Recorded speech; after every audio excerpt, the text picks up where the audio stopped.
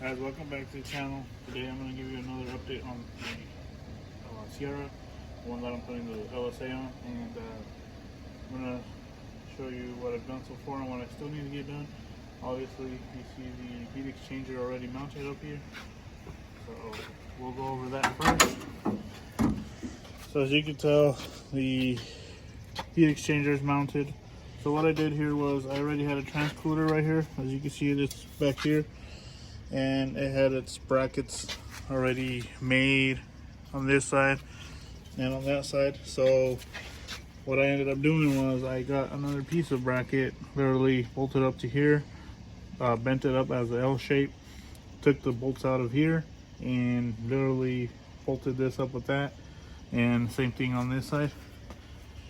Now the only other thing I did do on this side on the bottom was I put this bracket just for extra support, and it's right here to the bracket that grabs the bumper and goes down to the frame. But yeah, you can tell it's on there. It's pretty firm, it ain't going nowhere, so I think that's where it's going to sit.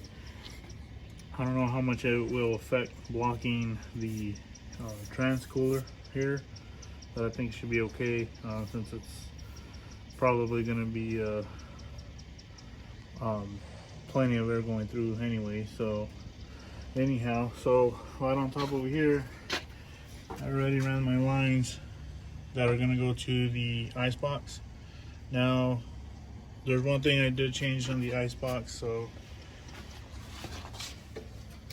I had bought this little guy, and when I purchased it, I didn't realize that it was this little.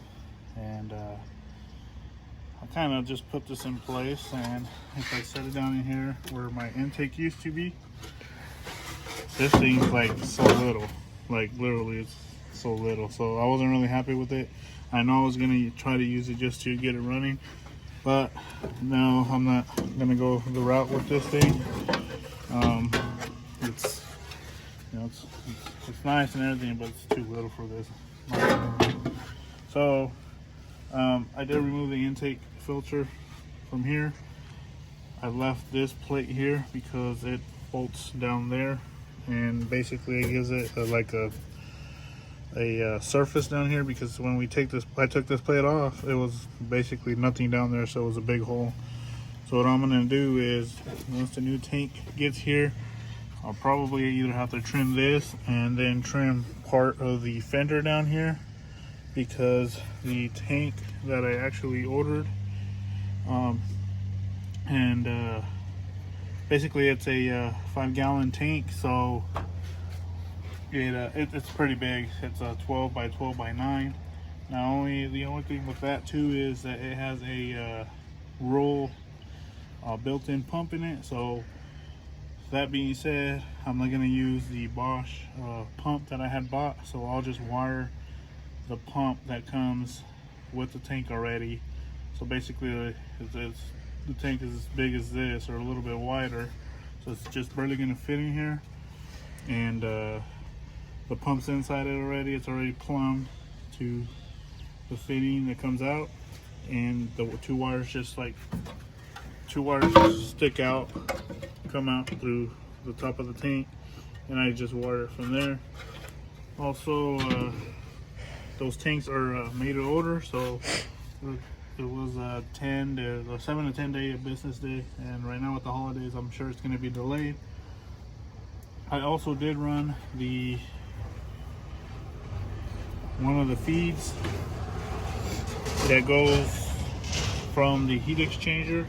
So basically this top hose that runs in, comes this way and comes all to the top. This is the feed, and then this bottom one is going to be the return to the tank. So this one is going to drop just right into the tank.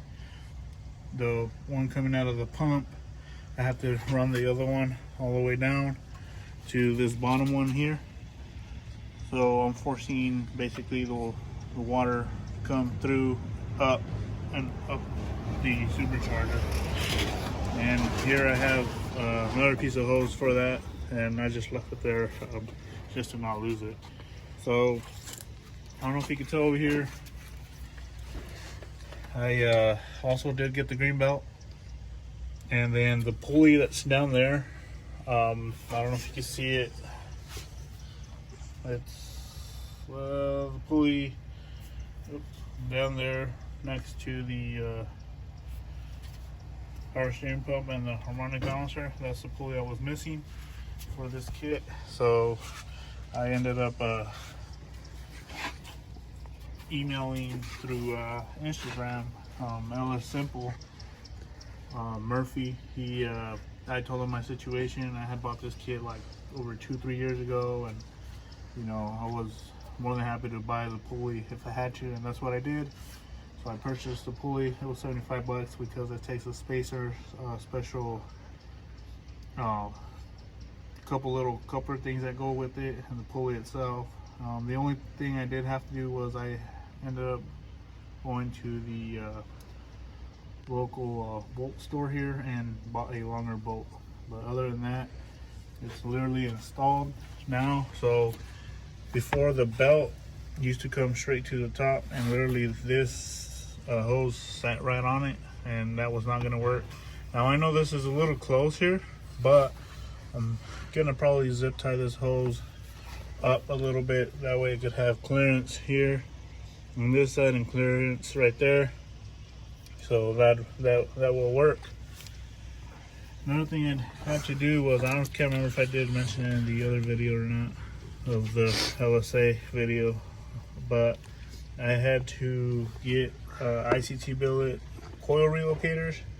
Reason being because the stock ones literally sat further up, that everything was literally crammed up here. So I ended up ordering these from Ict Billet, and it came in. I had to use older coils on it, obviously, because the coils that I had would not sit properly. And then I had to order a little bit longer spark plug wires, which they're installed right there.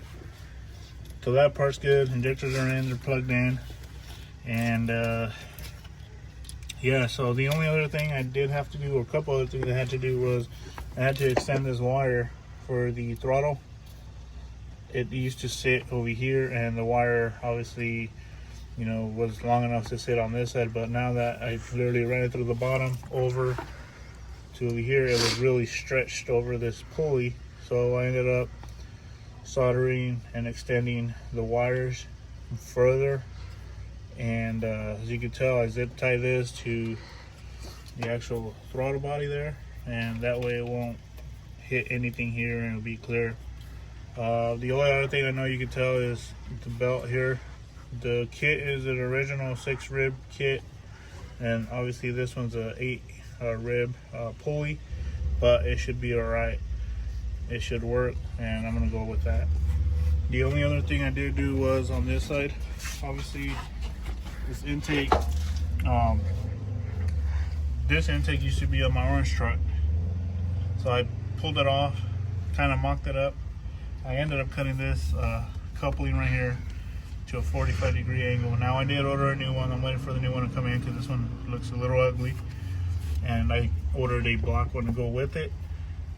Also, this is just mocked up, but I think that's kind of where it's gonna sit.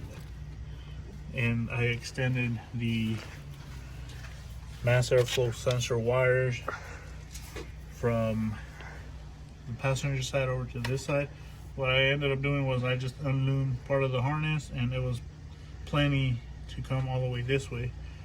Now, right here you can see on the sensor I'm missing 2 wires. So once you go with the LSA, the Iet sensor sits over here. So all you have to do is pull the 2 wires from these 2 pins and wire it up over here. So what I ended up doing, I pulled them back, cut them here, solder the wires from here to that, you know, basically made the connection go out that way. Right here, I know these wires are just hanging here. I'm gonna have to figure out how to clean this up a little bit, but I mean, this is gonna have to do for now. On this side, the Ict Billet Adapter, I don't know if you could tell right here, if you go further in right here, I ended up having to cut it right here because the alternator was literally rubbing on it and it would not sit enough where it needed to be bolted up. So that's one other thing I had to do there. So I mean, as I'm going, I'm obviously finding little things and stuff that I have to either upgrade, cut, fix, extend. And you know, I knew I was getting around to stuff like this as soon as I started doing the swap. So you know, I'm taking my time on it and trying to do everything right. Eventually, yes, I'm going to clean up probably all this wiring and stuff, but as of right now, I want to get everything done, wired in and ready to fire. Now I don't know if I showed last time, but the feed is already hooked up down here. I don't know if you can see it down there. It's already hooked up. So yeah, it's already hooked up.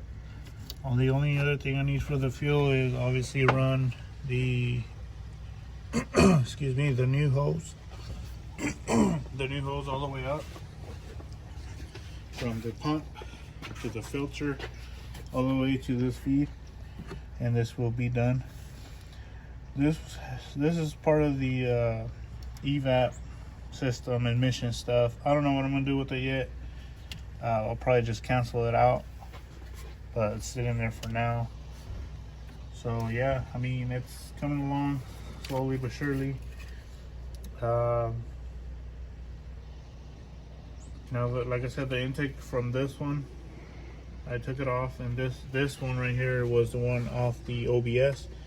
So I'm gonna try to fit the OBS or the intake filter and tube from this truck into the OBS. Now on the OBS, I think I'm gonna have to relocate the battery because it is in the way on that side. But you know, as long as I could probably move it to this side on the driver's side, and the intake will work there perfectly. I didn't want to cut that one because that's the air raid, more expensive one than this. This is just a cheap eBay tube. That's just it. So like I said, I did order a new 45-degree coupling, a 4-inch block one, to make this look better than that red cut up one that I did. Eventually I am gonna get a new filter. I don't want to plan to run this filter because this filter I had it for a while, and yeah, so I think it's time for a new one, especially doing this whole thing. The only other thing I'll have to do here is I'll probably do an oil change in the truck before I fire it up. I am running the stock injectors in it, or the injectors I should say that were in it when I got tuned last time. I'll leave those in there for now. I talked to the tuner and he said obviously you could run it with that, but do not go put it under boost. And no, I'm not going to be putting it under boost just yet, but like I said, I just want it running and, you know, make sure everything's good. Then probably go ahead and he advised me that I could take the PCM to him depending on the injector that I'm going to run.